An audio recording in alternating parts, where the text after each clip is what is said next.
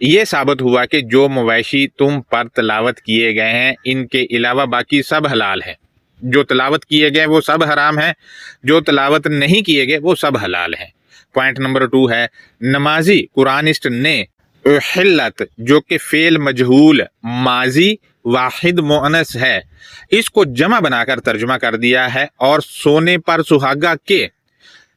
فعل کا ترجمہ بطور اسم حلال کر دیا ہے، جبکہ احلت کا مصدر احلال ہے،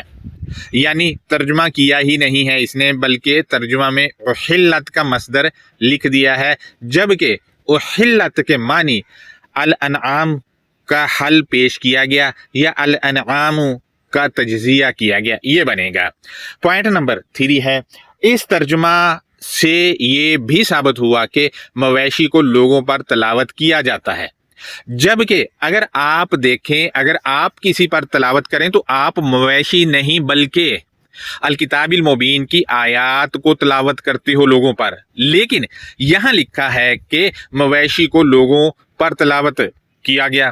اب آپ نے کبھی مویشی کو لوگوں پر تلاوت ہوتے دیکھا ہے تو مجھے بتا دیں. میں نے تو نہیں دیکھا ہے، میں نے تو الکتاب المبین کی آیات ہی تلاوت ہوتے دیکھی ہے، لہٰذا الانعام جو ہے یہ تحفہ ہے، یہ وہ تحفہ ہے جو الکتاب المبین کی آیات کی صورت میں ہمارے پاس موجود ہے، یا الکتاب المبین کو جب ہم انڈرسٹینڈ کرتے ہیں تو جو ہمیں اس سے تحفہ ملتا ہے دانائی کی صورت میں یا سمجھ کی صورت میں وہ ہے. پوائنٹ نمبر 4 ہے اس نے یتلا کے معنی تلاوت کر دیے ہیں، جبکہ سورہ 2 کی آیت نمبر 121 میں لفظ تلاوتی ایک الگ مینشن ہے، اس کا ترجمہ بھی یہ لوگ نہیں کرتے ہیں، تلاوتی کا ترجمہ بھی نہیں کرتے ہیں، جبکہ یتلا کے معنی ہے پیروی کرنا، یا یہ ترجمہ آپ سورہ 11 کی آیت نمبر 117 اور سورہ 91 کی آیت نمبر 2 میں دیکھ سکتے ہیں. ان لوگوں نے خود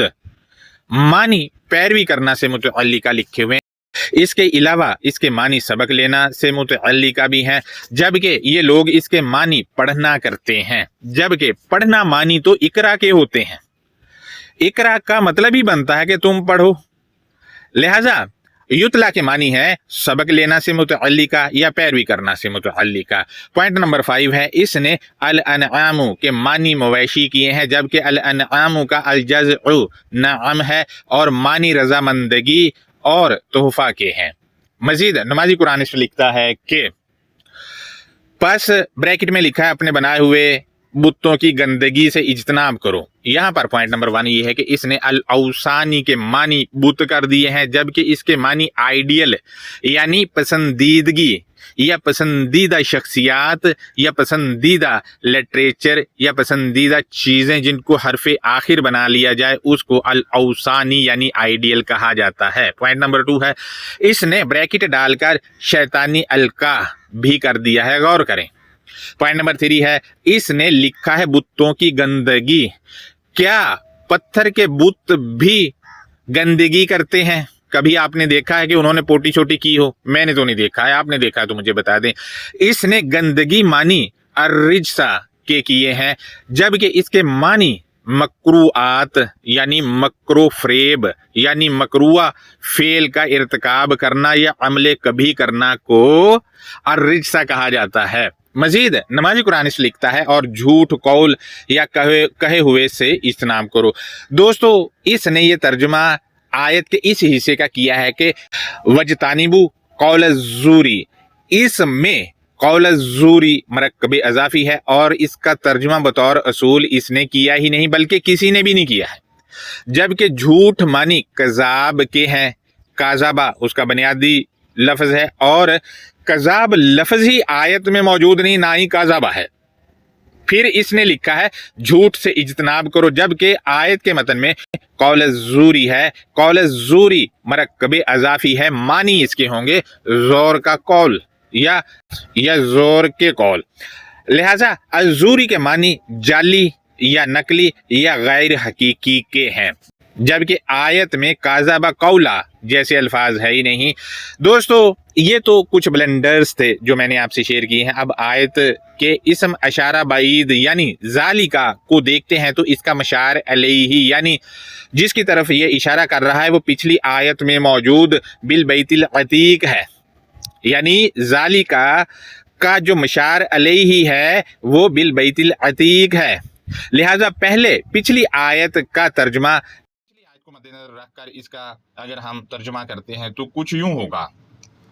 ثم لیقضوا تفثہم، بے شعور افراد کو سامان زندگی فراہم کرنے کے بعد معتبر اکابرین کو چاہیے کہ ان بے شعور افراد کے مباحثہ یا قانون سازی کی کمی کوتاہیوں کو دور کرنے کا معتبر اکابرین فیصلہ کریں۔ اب بے شعور افراد میں جو مباحثے یا قانون سازی کرنے کی کمی کوتاہیاں ہیں ان کو دور کرنا ہے، معتبر اکابرین نے وہ فیصلہ کرنا ہے ان کو دور کرنے کا۔ مزید آیت کے اگلے حصے میں ہے کہ وَلْيُوفُوا نُذُورَهُمْ، اور چاہیے کہ وہ اپنی خود کی شعوری آگاہی کو وہ وفا کو بھی نبھائیں۔ آیت کا آخری حصہ ہے وَلْيَطَوَّفُوا بِالْبَيْتِ الْعَتِيقِ، اور چاہیے کہ دلیل کے ساتھ مباحثہ یا قانون سازی کرنے والے افراد اظہار خیال کریں غیر اللہ کی آزادی دلانے والے منشور یا دستور یا بات چیت کے ساتھ۔ اس کا دوسرا ترجمہ بنتا ہے اور چاہیے کہ دلیل کے ساتھ مباحثہ یا قانون سازی کرنے والے افراد وہ گھومے پھریں غیر اللہ کی آزادی دلانے والے منشور یا بات چیت یا اینٹک بات چیت کے ساتھ۔ اب میں آپ سے شیئر کرتا چلوں کہ بالبیت العتیق میں بی کے معنی پر بھی ہیں، یہ لگا کہ اگر ترجمہ کیا جائے تو کچھ یوں ہوگا۔ پوائنٹ نمبر 1 ہے وَلْيَطَوَّفُوا بِالْبَيْتِ الْعَتِيقِ، اور چاہیے کہ دلیل کے ساتھ مباحثہ یا قانون سازی کرنے والے افراد وہ غیر اللہ کا چھٹکارا دلانے والے دستور یا منشور یا بات چیت پر اظہار خیال کریں۔ پوائنٹ نمبر 2 ہے اور چاہیے کہ دلیل کے ساتھ مباحثہ یا قانون سازی کرنے والے افراد وہ غیر اللہ کا چھٹکارا دلانے والے منشور یا دستور پر گھومے پھریں، اس کے مطابق روزمرہ زندگی میں چلنا پھرنا ہے۔ لہذا دوستو غیر اللہ سے آزادی دلانے، غیر اللہ کے شرک سے آزادی دلانے والی چیز جو ہے وہ الکتاب المبین ہے۔ اب ہم سورہ 22 جو کہ سورہ الحج ہے اس کی آیت نمبر 30 کا جو انڈرسٹینڈنگ ہے وہ آپ سے میں شیئر کروں تو وہ کچھ یوں ہے، ذالکا دلیل کے ساتھ مباحثہ یا قانون سازی کرنے والے افراد غیر اللہ کا چھٹکارا دلانے والے منشور یا دستور یا بات چیت کے ساتھ اظہار خیال کریں یا وہ گھومے پھریں۔ مزید اسی آیت کا اگلا حصہ ہے وہ کچھ یوں ہے کہ وَمَن يُعَظِّمْ حُرُمَاتِ اللَّهِ، اور ان میں سے جو کوئی کائنات کو بنانے والے کی ممنوعات یا معاہدوں کی وہ سر بلندی رکھتا ہے، یعنی جو دلیل کے ساتھ مباحثہ یا قانون سازی کرنے والے افراد ہیں جو اظہار خیال کر رہے ہیں غیر اللہ سے چھٹکارا دلانے والے منشور یا دستور کے متعلق، تو ان میں سے جو کوئی کائنات کو بنانے والے کی ممنوعات یا معاہدوں کی وہ سر بلندی کرتا ہے، یعنی جو ان کو معاہدوں کو یا ممنوعات یعنی وہ چیزیں جن سے منع کیا گیا ان کو سر بلند کرتا ہے، ان کو اپنے سر پر اٹھا کے اس کے مطابق چلتا پھرتا ہے، تو اس کے لیے کیا ہوگا، نتیجہ کیا ہوگا بتائیں۔ آیت کے اگلے حصے میں یہ کہہ کر کہ فَهُوَ خَيْرُ اللَّهُ عِنْدَ رَبِّهِ، تو وہ معاہدوں کو سر بلند رکھنا ہی، معاہدوں کو یا ممنوعات کو سر بلند رکھنے والے افراد کے لیے اس کے پالنے والے کے نزدیک بہتر ہے، یعنی جو ان معاہدوں کو یا ممنوعات کو سر بلند کرے گا تو رب کے نزدیک یعنی پالنے والے کے نزدیک بھی وہ اس کے لیے بہتر ہے۔ لہذا ہمیں جو علمی طور پر پال رہی ہے وہ الکتاب المبین ہے، یہی ہمیں بہتری کی جانب لے کر جائے گی۔ مزید آیت کا اگلا حصہ ہے اس میں ہے کہ وَأُحِلَّتْ لَكُمُ الْأَنْعَامُ، اور دلیل کے ساتھ مباحثہ یا قانون سازی کرنے والوں غیر اللہ سے آزادی پانے والوں کے لیے خاص تحفے یا نعمت کا ایک حل پیش کیا گیا ہے۔ اب خاص تحفہ یا نعمت جو ہمارے لیے ہے وہ الکتاب المبین کی آیات ہیں، جو ہم ان کو انڈرسٹینڈ کریں گے تو وہ ہمیں ملے گی، ان میں حل ہے ہمارے لیے، ہماری لائف کے لیے کہ ہم نے لائف کیسے گزارنی اور ہمیں بہتری کیسے ملے گی۔ مزید